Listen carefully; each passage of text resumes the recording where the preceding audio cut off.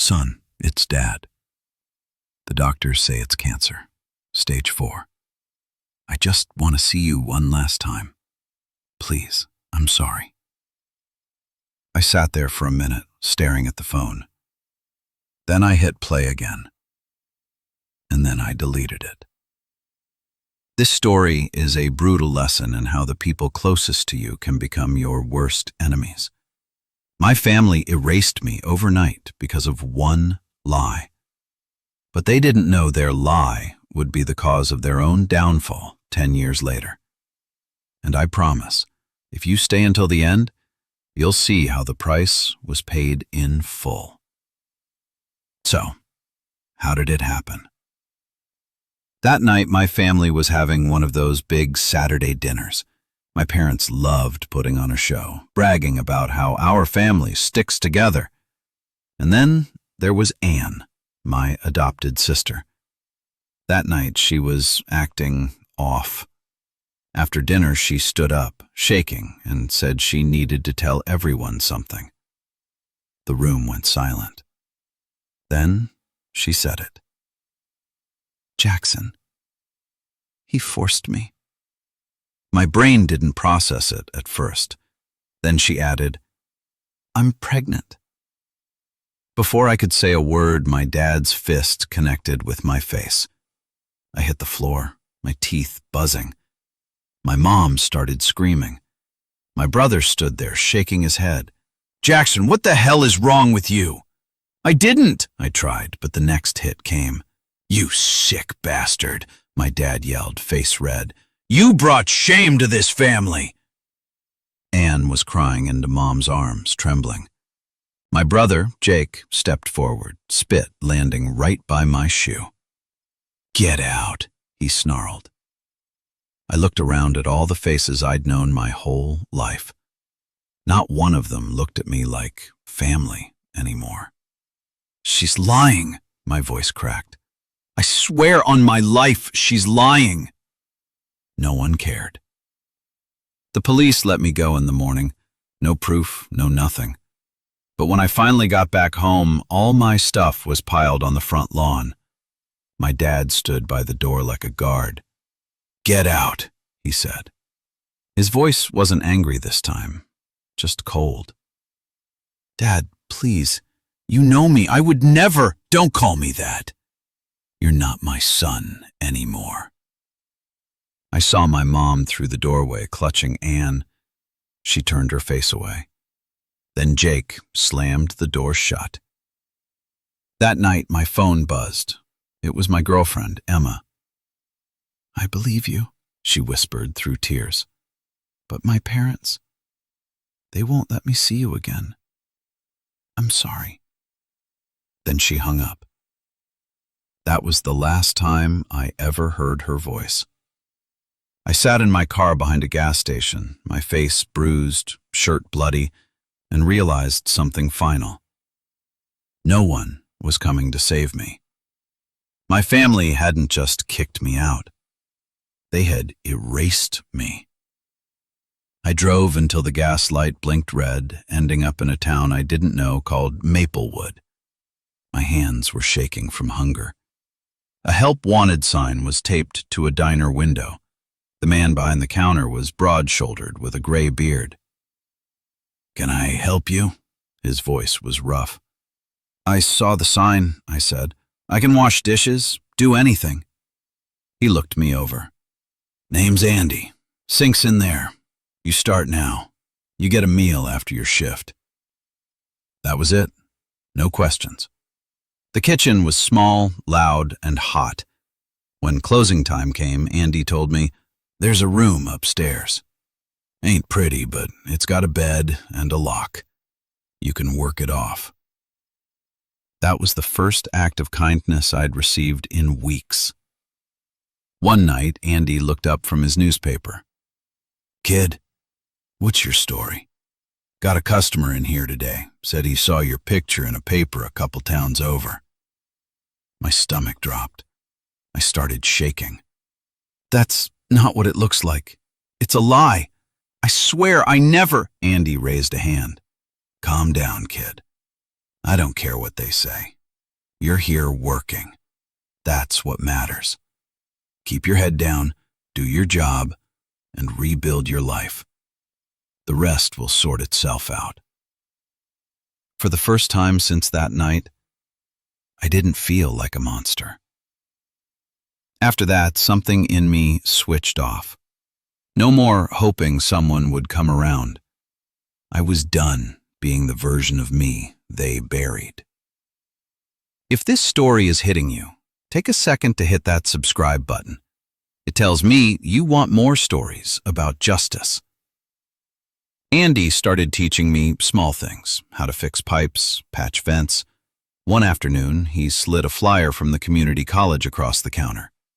Night classes, he said. Heating, cooling, air systems. HVAC. People always need heat or cold, kid. That skill feeds you forever. I signed up the next day. I'd work 10-hour shifts, then go to night school. Every time I fixed something, when cold air came out of a vent, it felt like I was fixing myself, piece by piece. By the time I earned my HVAC certificate, Andy hung it in the diner's hallway like it was his own kid's diploma. I bought a used truck, started my own company, and filed the paperwork for a legal name change. Jackson Winter. That was the day I stopped running from what they did to me and started building something they could never destroy. 10 years later, I had my own company, Winter Heating and Air. Life had leveled out. Then my phone buzzed with a hometown area code. I answered, "Yeah, this is Winter." There was silence, then a voice I hadn't heard in over a decade. "Jackson, it's me. Emma." My chest tightened.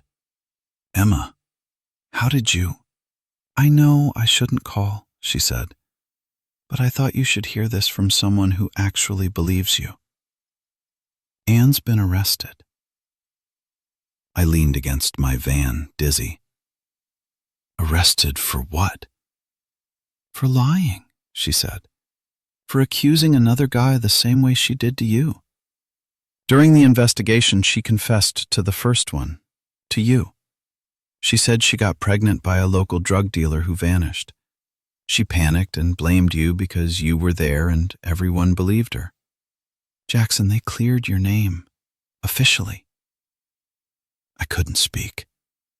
My name was cleared, but 10 years too late. Then the calls from them started. Private numbers, emails. I answered once. "Jackson?" a shaky voice said. It was my mother. "Don't hang up, please. We didn't know." I hung up. They didn't want to know. My brother emailed saying he'd been young and hoped we could start over. My dad left a voicemail. "We just want to see you, son. We made mistakes."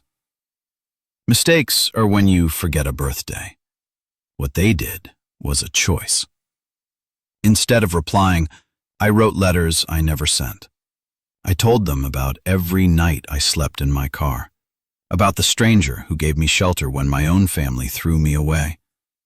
I told them they didn't just ruin my reputation, they killed my home. I ended every letter the same way. You didn't believe me when I told the truth. Now you can live with it. The past has a way of finding cracks to crawl through. 3 months later, I got a letter from Maple Ridge Correctional Facility, a request to meet with Anne. For 10 years, I'd imagined what I'd say. I had to find out. She sat across from me, a ghost of the girl I knew. "Thank you for coming," she said softly. "Why me?" I asked, my voice low but steady. "Because you were safe to blame," she trembled. "I knew everyone would believe me because you were the good one." She confessed the whole story about the drug dealer. Then she looked at me, desperate. "There's something else. My daughter? They never told her the truth. She still thinks it was you. They'd rather keep the lie than face what they did. That hit harder than anything. A kid, walking around believing the same lie that destroyed me. I stood up. You don't get to throw that on me now. I leaned down, met her eyes one last time. You took 10 years from me. I hope you never sleep peacefully again. Then I turned and walked out. A year passed. I met a woman, Rachel. We bought a house. It was finally quiet. Then the voicemail came. It was late when my phone buzzed. Unknown number, hometown area code. Son, it's Dad. I don't know if this number is even right anymore. I don't have much time. The doctors say it's cancer. Stage 4. I don't want anything, I swear. I just want to see you one last time before it's too late. The message ended with a shaky breath. Please. I'm sorry. I was wrong. Please, son. I sat there for a minute staring at the phone. I remembered the night he punched me, the way he told me I wasn't his son anymore. I remembered sleeping in my car, tasting blood and rain. He chose his truth then. I was choosing mine now. I hit delete. Not out of anger, not out of revenge. Just nothing. They erased me once, but I rebuilt myself. And this time, my story ends on my terms. If you want to see another story of ultimate revenge, click the video on the screen now.